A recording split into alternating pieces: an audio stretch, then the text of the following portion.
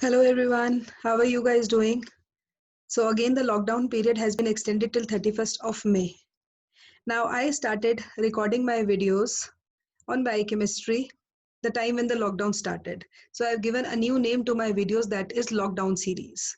So today another edition in my lockdown series is I will be discussing with you guys DNA transcription. So far you people are watching my videos. I'm happy to know that you people are liking also my videos. I'm getting a very good response. Till now I have finished up with the DNA repair mechanism, replication structure. Now today's video I will be discussing another very important topic, that is formation of RNA from DNA. So let's start with this. Now see, first of all you should know, I told you what is replication. Replication was the process in which DNA forms another copy of DNA. Today I am going to discuss transcription. Now transcription is simple. How we define it? It is the formation of RNA from DNA. As I mentioned in my previous videos also, there is a central dogma of information, that is flow of information, how the information flows in our body. First of all, this DNA which is present in the chromosomes undergoes a process of replication. It forms RNA which is actually known as hnRNA. This hnRNA is then converted into mRNA. mRNA is messenger RNA which is actually taking the messages, and this mRNA translates the information in the form of proteins by a process known as translation. So in my previous video, I had finished this segment, how DNA forms DNA. In this video of mine, I am going to discuss transcription, which is formation of hnRNA. We are going to take these terms in detail. Now let's start it with this. Now see, the definition is synthesis of RNA using single stranded. Now all of you know that what is the basic difference between DNA and RNA. DNA is double stranded, whereas RNA is single stranded. So it is but obvious that if DNA is double stranded, only one strand of DNA will act as a template to form RNA.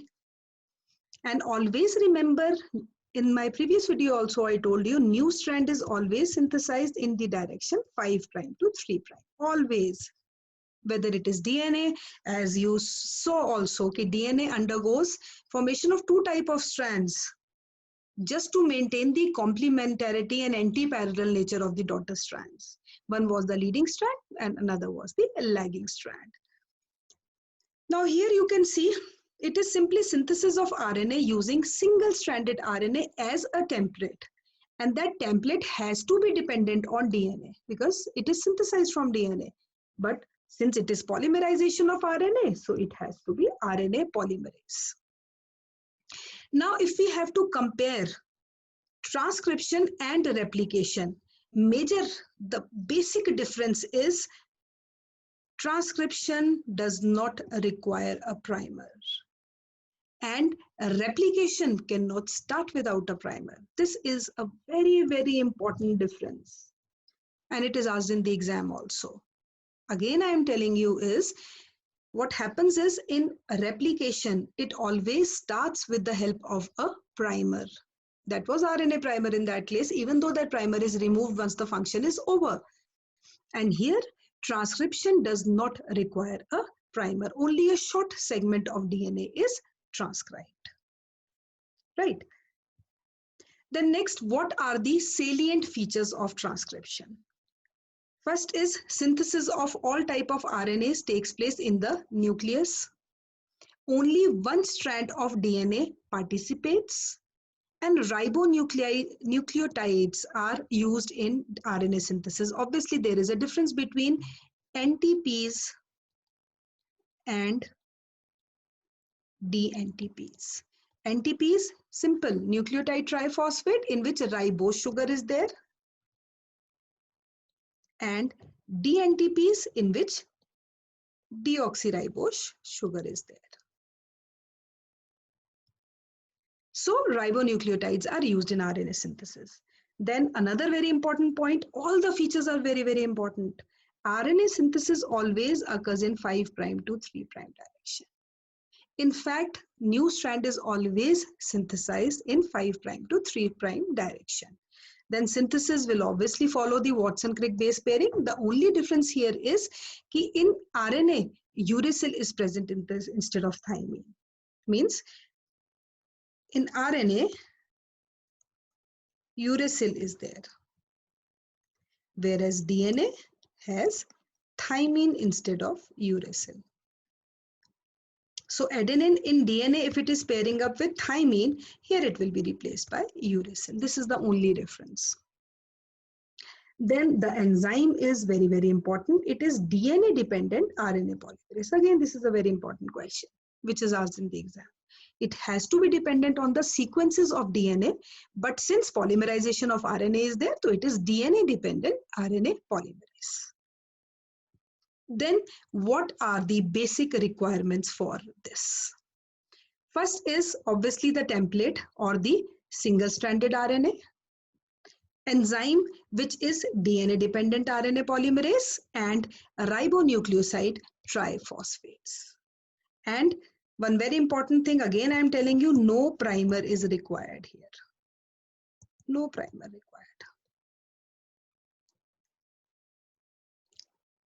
Right, so these are the basic 3 requirements to initiate the process of transcription.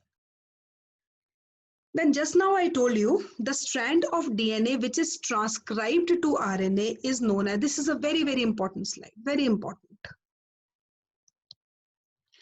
See, these are the 2 strands of DNA. You can see one is running in the direction 5' to 3', other is running in the direction 3' to 5'. Now, new strand is synthesized in the direction 5' to 3'. So, this DNA strand, which is running in the direction 3' to 5', will now work as a template from which RNA has to be synthesized. So, this strand is known as the template strand, and this strand is also known as the non-coding strand. Non-coding strand. But it is working as a template. And the interesting feature about this is, obviously, the non-template, which is running in the 5', 3' direction, it is the coding strand and it is the sense strand. And a very interesting feature about this I'm going to tell you here is, you can see this strand is similar to this strand. Same. The only difference is thymine is replaced by uracil. Or otherwise you can say the new RNA, yeah, you can say the RNA which is synthesized from the template DNA, it is having a sequence similar to that of the coding strand or the non-template strand. So this is the most important aspect which you people should know. What is the difference between coding and non-coding? What is template? What is non-template? So this is how you can say the synthesis of RNA starts. Now, when we look at the basic steps involved in transcription are, first is obviously initiation, how the process is initiated or started. Once it is initiated, it has to undergo elongation. And once it undergoes elongation, then it undergoes termination also. And then it is released. Because what happens is, if we compare the structure of prokaryotes and eukaryotes, in prokaryotes, if we say, prokaryotes have what? They have polyribosomes and the nucleus is as such, it is naked also. So RNA ki synthesis takes place there only. But if we take eukaryotes have a well-defined nucleus. There this hnRNA is produced inside the nucleus, and when it undergoes translation, it has to be released into the cytoplasm, where the translation occurs. So these are the 3 very, very important steps in transcription. Now let's take up these steps one by one. First of all, we are going to take initiation. Initiation is what? It starts with the recognition of the promoter sequences. This is again very important on the DNA strand by RNA polymerase. So if the question is asked, what is the fidelity enzyme for transcription? It is RNA polymerase, but dependent on DNA. Then what do you mean by the term promoter sequences? Now see, DNA has got so many base pairs. So first of all, as we studied in replication also, I told you there has to be a specific origin of replication to start the process, because DNA has so many base pairs. So from where this process has to start, that is very important. Same is the case here. Promoter sequences mean there has to be a specific area in DNA which actually is required for the synthesis of RNA. So promoter sequences are what? They are the specific areas on DNA that acts as starting signals for initiation process. Now the question which must be striking your mind is, who's going to recognize these sequences? So this is again not a child's play. It is always initiated with the help of enzymes. Whenever we talk about any biochemical reaction, always remember, without enzymes, nothing is possible. So the enzymes here are RNA polymerase, which is the fidelity enzyme for transcription. Now that depends, again there are so many sequences. So from where this particular promoter sequence is present, or which component of this RNA polymerase is going to start it, or it is going to recognize it. So there has to be an upstream downstream sequence, and the start site I have denoted by +1. Right.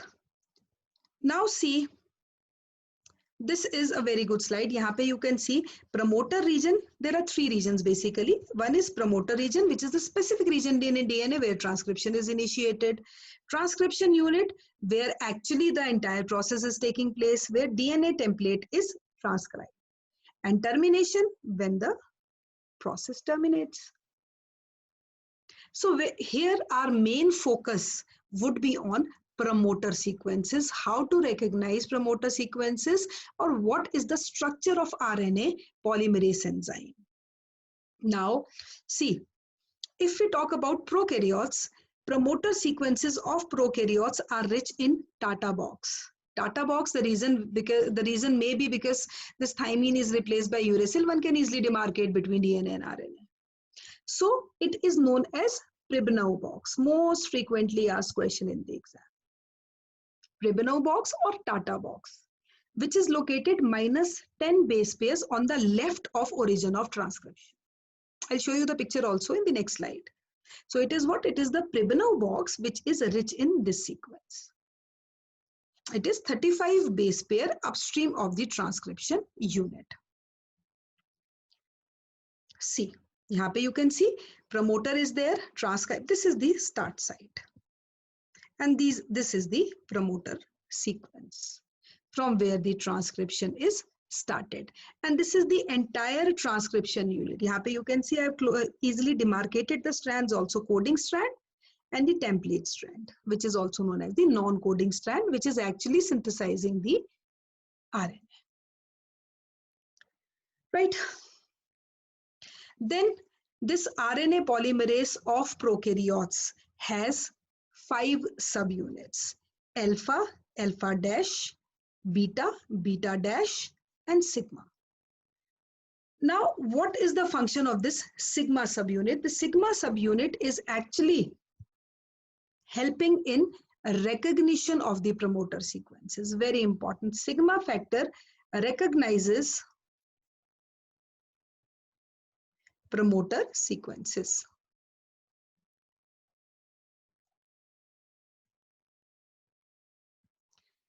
RNA polymerase without a subunit is called as the core enzyme. And this core enzyme with sigma subfactor is the holoenzyme. The entire unit alpha, alpha, this combined unit is the holoenzyme. But if we take out this is known as the core enzyme. And this is the holoenzyme.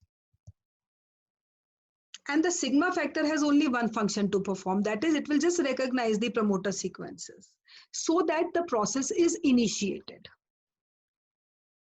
And in the eukaryotes, here when I mention about the enzyme, I'll tell you one thing more. In eukaryotes, RNA polymerase is of 1, 2, 3 types.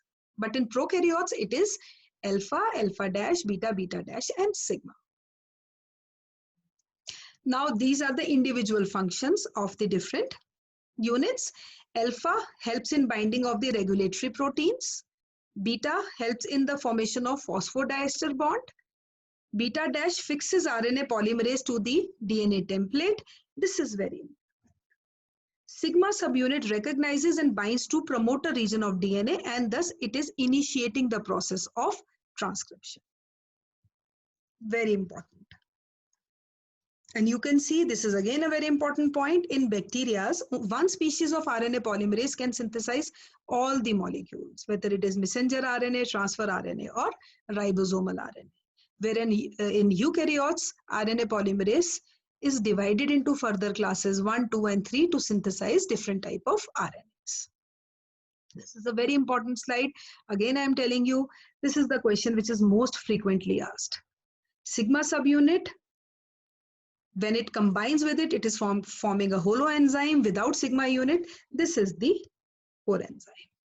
And the only function of sigma is helping in recognition of the promoter sequences, or which are rich in Tata box or the Pribnow box. Then another very important thing in DNA, you remember that I told you a proofreading activity is there. RNA lacks this proofreading activity. The reason can be whatever RNA is produced, it undergoes modification also, that which is known as post-transcriptional modification. And the major difference between RNA polymerase and DNA polymerase is, one is no primer is required for RNA polymerase, and RNA lacks a separate proofreading activity. And the error rate for transcription is obviously higher because no proofreading activity is there, and it is roughly 10 to 4 times more than replication. Even though error causes little damage because they are not transmitted to daughter cells or the next generation, because they have to undergo post-transcriptional modification, and then it is basically translating the information in the form of genetic code as translation process. So this is a very important thing. Again, what is the difference between RNA polymerases and DNA polymerase? Then identification of, this is how initiation starts, identification of a promoter region. Just now I told you sigma unit of RNA polymerase identifies the sequence and then it binds to the promoter region. And what is the function of beta unit? It fixes to the promoter region of the template strand and initiates the process. Now, once the promoter sequences are recognized, the function of sigma factor is over and it is released. And then a transcription bubble is formed. You can see this is how RNA is being produced.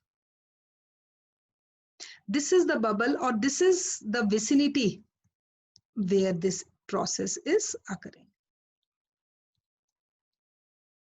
So this transcription, what is the composition of this transcription bubble? It consists of the polymerase enzyme, obviously DNA template from which it is synthesized, and the new RNA which will be produced. And supercoils, just in case of DNA, they are overcome, they are the stress and strain which is actually there. It is released by topoisomerase enzyme. And this is how the initiation starts. Now, once the initiation starts, automatically elongation will start. RNA polymerase will elongate by adding ribonucleotides to the 3' hydroxyl end, and this uses forming phosphodiester bonds, releasing PPI each time. This is how the reaction occurs. Suppose if adenine is there, uracil will come, UTP. UTP will come to bind with this and PPI will be liberated, giving energy to the reaction. This is how it goes. So each nucleotide in a newly formed RNA is selected by this pair. Obviously. Now, elongation is occurring, initiation is there, termination. Termination is actually of two types. One is rho dependent termination. Rho is actually a hexameric protein which attaches itself to the DNA strand and dissociates it from DNA strand. And one is rho independent termination. Rho dependent means rho क्या करेगा, जैसे suppose if this is the transcription bubble and this is the formation of RNA. This rho will bind itself here and it will take it out like this. So the RNA will be stripped off. On the other hand, rho independent means it does not require any rho protein to come out. Palindromic sequences occur at the DNA. So due to these sequences, the newly synthesized RNA folds itself to form a hair loop-like structure, which actually terminates the movement of RNP. And this is the hairpin structure. This is how it is released. Now, one question which will strike your mind is, what are palindromes? Or again, this is a very important question. Palindromic sequences are those which from forward or backward direction, if read, they are similar. जैसे madam, you can see, यहाँ से पढ़ो, वहाँ से पढ़ो, it's same. Malayalam.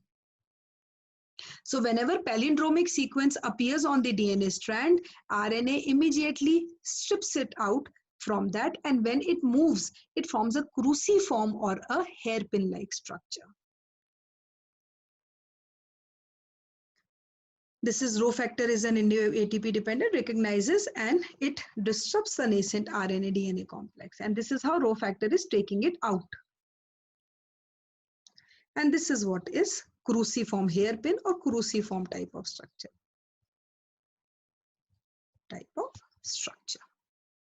So this is how transcription in prokaryotes takes place. And this is a very good slide again. You can see role of palindromes, and this is the formation of that hairpin-like structure. This is how RNA comes out. And then it undergoes splicing, which I am going to discuss in my next video. Then this is a very important slide again. It is depicting the differences between prokaryotes and eukaryotes. Now you can see prokaryotes, you have seen it is very simple. Eukaryotes, they are highly complex and transcription is also complex. Prokaryotes, only one RNA polymerase is there which has subunits. Alpha, alpha dash, beta, beta dash, and sigma. Whereas here it is RNA polymerase 1, it is RNA polymerase 2, it is RNA polymerase 3. Then promoter sites are there. Promoter sequence is known as Pribnow sequence, which is rich in Tata box. And here the promoter sequence is known as Hogness box. Initiation requires sigma factors, but here initiation, as I told you, the transcription in eukaryotes is very complex. It requires so many initiation factors. These initiation factors are required with RNA polymerases to start the process of transcription. Promoter sequences are, just now I told you, it is Hogness box located at 25 to 30 base pairs upstream to the start point. It acts as a signal. And CAAT box, it is located 70 base upstream, but it has to be rich in Tata box only. But the name is different. There it was Pribnow, here it is Hogness box. Again, a very important question. This is how you can see, this is the Hogness box. Start of transcription, this is the CAT box. Sequences within the eukaryotic promoter region that are recognized by RNA polymerases 2. There it was recognized by the sigma subunit of RNA polymerase. Then RNA polymerase of eukaryotes में RNA polymerase 1 synthesizes ribosomal RNA. RNA polymerase 2 synthesizes messenger RNA, and RNA polymerase 3 synthesizes transfer RNA. So you can see the difference between the transcription in prokaryotes and eukaryotes. So in my next video, I am going to discuss post-transcriptional modification, which is again a very, very important aspect. Post-transcriptional modification is the RNA which is produced from this, which is known as hnRNA, because what we want is, we want messenger RNA. So this hnRNA needs to be converted into messenger RNA, or there will be modification of this after the process of transcription. That is why it is known as post-transcriptional modification. Again, a very, very important topic. So if you want to know more about post-transcriptional modification and other aspects of molecular biology, please subscribe to my channel. Don't forget to subscribe it so that you can get the notifications the moment I post my video. So that's all for now. I hope I was able to clarify this transcription process to you in a very simplified manner. Have a good day.